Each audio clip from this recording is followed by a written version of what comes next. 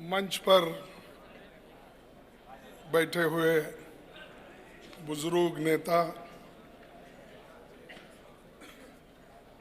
हमारे चाहते लीडर,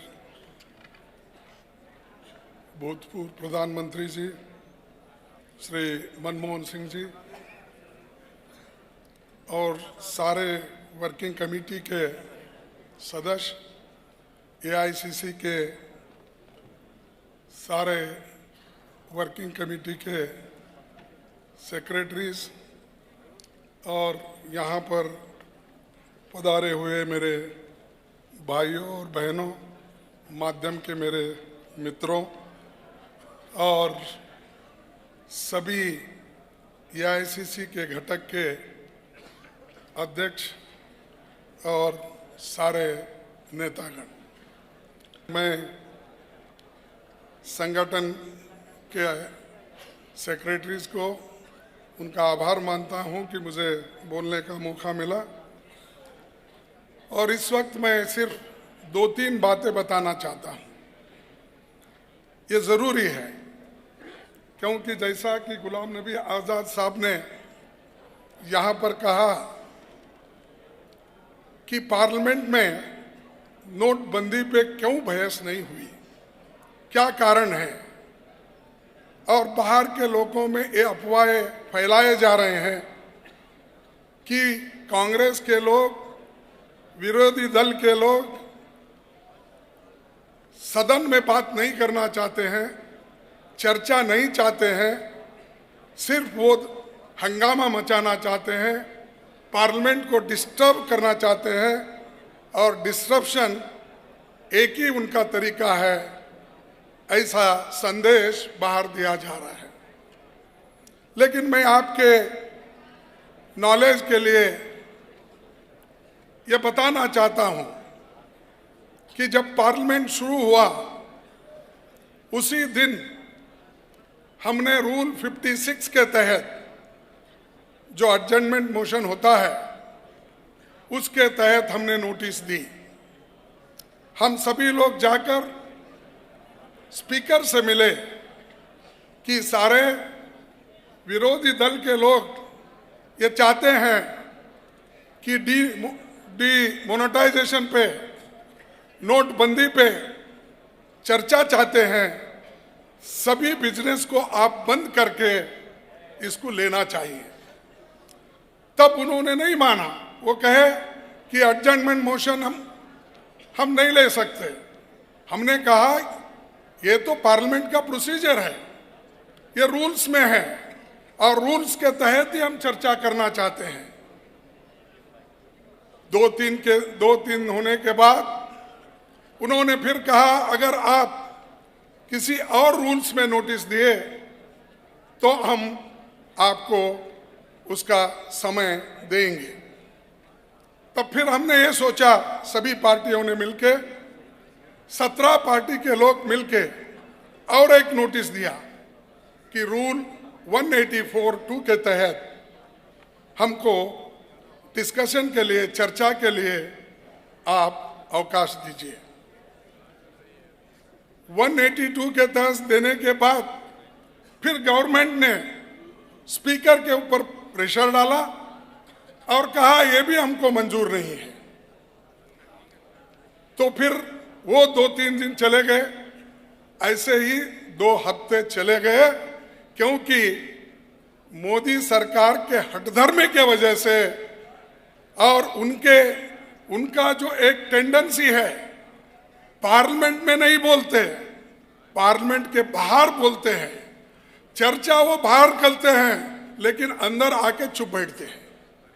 इसीलिए हम ये चाहते थे उनके सामने ये चर्चा हो, उनको जो भी कुछ कहना है वहां कह दो, लेकिन वो तैयार नहीं थे। इसलिए तैयार नहीं थे, उनके पास कोई कारण नहीं था बताने के लिए क्यों उन्होंने नोटबंदी की।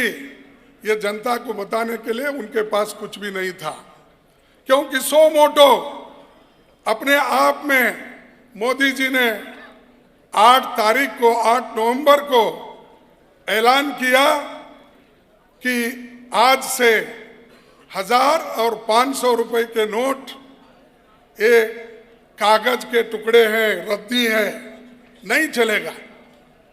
तो ये उन्होंने कहा। कहने के 4 दिन के बाद कानपुर के पास एक रेलवे एक्सीडेंट हुआ।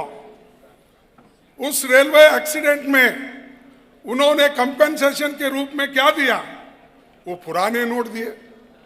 अरे जिसको मोदी जी ने कहा 8 तारीख को 8 बजे आज से ये 500 के 1000 के नोट ये रद्दी है, कागज के टुकड़े हैं, इसको कोई कीमत नहीं है। तो मैं पूछता हूं मोदी साहब, अगर वो कागज के टुकड़े हैं तो आपने कंपेंसेशन के रूप में उन गरीब लोगों को क्यों दिया वो नोट चलाने के लिए? तो आप कहते एक है और करते एक है। हमने उनसे ये पूछा कि मेरे को और एक याद आ रहा है, जब वो गोवा गए थे वो रो पड़े अचानक। मुझे मालूम नहीं हुआ कि भाई एक प्राइम मिनिस्टर क्यों रो रहा है। तो फिर मेरे स्टेट में आए, बेलगाम में, वहां पर इमोशनली भाषण किया और नौजवानों को भड़काने लगे कि देश के लिए आपको समर्थन करना पड़ेगा, देश के लिए आपको त्याग करना पड़ेगा। ये सारी चीजें उन्होंने बताई। फिर जब ऑल पार्टी की मीटिंग थी, गुलाम नबी आजाद साहब थे, सभी लोग जितने भी पार्टी के मुखिया थे वहां पर बैठे हुए थे। तब मैं उनसे पूछा, साहब आप गोवा में क्यों रो पड़े?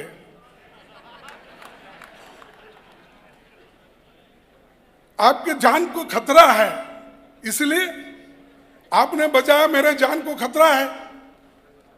तो मैं उनसे पूछा, एक प्राइम मिनिस्टर जो 130 करोड़ जनता को रिप्रेजेंट करता है और जिसके पार्टी के 330 लोग एनडीए के वहां पर है और झट प्लस उसको सिक्योरिटी है, आरएसएस की फौज उसके पीछे है, इंडस्ट्रियलिस्ट उनके पीछे है, अगर आपकी हालत यह है तो मेरी हालत क्या होगी?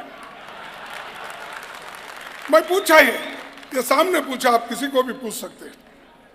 अगर आपकी हालत इसी है, मैं तो एक गरीब आदमी हूं, I am suppressed, depressed, disregarded, I come from that section, अगर मेरी हालत क्या होगी? 2 मिनट हो तो मेरी हालत क्या होगी? तो तब उन्होंने उसको जवाब नहीं दिया। और एक बात मैं उनसे पूछा, मोदी साहब आपने और एक बात गलत की, क्या है? कि जब राहुल जी एटीएम के पास ठहर के लोगों के दुख और दर्द को समझना चाहते थे, वहां की हालात क्या है उसको देखना चाहते थे, जब वो क्यू में जाके ठहरे थे लोगों के हालात पूछने के लिए, मजदूरों के, किसानों के, गरीबों के, जो छोटे मोटे कारोबार करने वाले, क्योंकि सारे वो गरीब लोग की लाइन में ठहरे हुए थे, कोई अमीर तो नहीं था वहां, कोई सूट बूट वाला तो नहीं था वहां। तो उनकी हालात पूछने के लिए राहुल जी गए थे। तो आपने ये कहा कि 2G और कोयले में जो ब्लैक मनी कमाए हुए लोग थे, वैसे लोग आकर लाइन में 4000 के लिए ठहरे, आपने कहा। तो मैं पूछना चाहा, उनको कहा माफ कीजिए, अगर राहुल जी वहां ठहरे किसी का दुखड़ा पूछने के लिए अगर आप ऐसी बात करते हैं, तो मैं ये भी पूछ सकता हूं कि आपकी मां मेरी मां है, आपकी माताजी मेरी माताजी है, लेकिन आपकी माताजी क्यों वडोदरा में क्यों में ठहर कर 4000 के लिए क्यों ठहरे? क्या वो भी काला धन लाने के लिए गए थे? ये पूछा मैंने। तो ये चीज क्यों बता रहा हूं कि ये लोगों को मालूम नहीं होता कि किस वक्त क्या बात करना चाहिए, और वो खुद ही ऐसे प्रैक्टिस कर रहे हैं और खुद ही इस झंझट में गिरे हुए हैं। गलत सलत बात करके लोगों को भड़काने का, और दूसरी तरफ दूसरों पे उंगली उठा रहे हैं। आप 60 साल में क्या किए, आप 70 साल में क्या किए। भाई हमने 70 साल में क्या किया सारी दुनिया जानती है। हमने 70 साल में कुछ किया, इसलिए मैं तो मंगलयान में आज रॉकेट घूम रहा है और आप जाके बटन दबाते हो। हर जगह रेल घूमती है, ये हमारे वजह से। हजारों किलोमीटर लाखों किलोमीटर रोड बने हैं, वो हमारे वजह से। हर देहात में जो रोशनी दिखती है वो हमारे वजह से। जिस देश में खाने के लिए खाना नहीं मिलता था, अमेरिका का घी लाकर वो राशन में बेचते थे, उस वक्त लोग क्यू में ठहर कर लेते थे। आज खाने का भंडार, अन्न का भंडार भर के गिरा है। इसीलिए तो मनमोहन सिंह जी, सोनिया गांधी जी 3 रुपए केजी करके आज फूड सिक्योरिटी एक्ट लाए।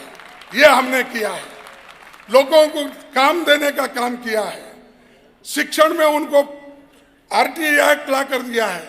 क्या नहीं किया हमने, बहुत कुछ किया है, बहुत कुछ बोलना है, लेकिन ज्यादा कुछ समय न लेते हुए आपका और दूसरे अभी वक्ता बहुत से हैं, मैं इतना ही कहूंगा कि एक बार मैंने कहा था ये बात, फिर यहाँ दोहराना चाहता हूं। मंजिल बहुत दूर है, रास्ता बड़ा कठिन है, फिर भी हमें पहुंचना है। दिल मिले या न मिले, कम से कम सभी लोग हाथ मिला के चलो और इसको यशस्वी बनाओ और लड़ते रहो। लड़ेंगे, राहुल जी का साथ देंगे और आगे बढ़ते रहेंगे। जय हिंद।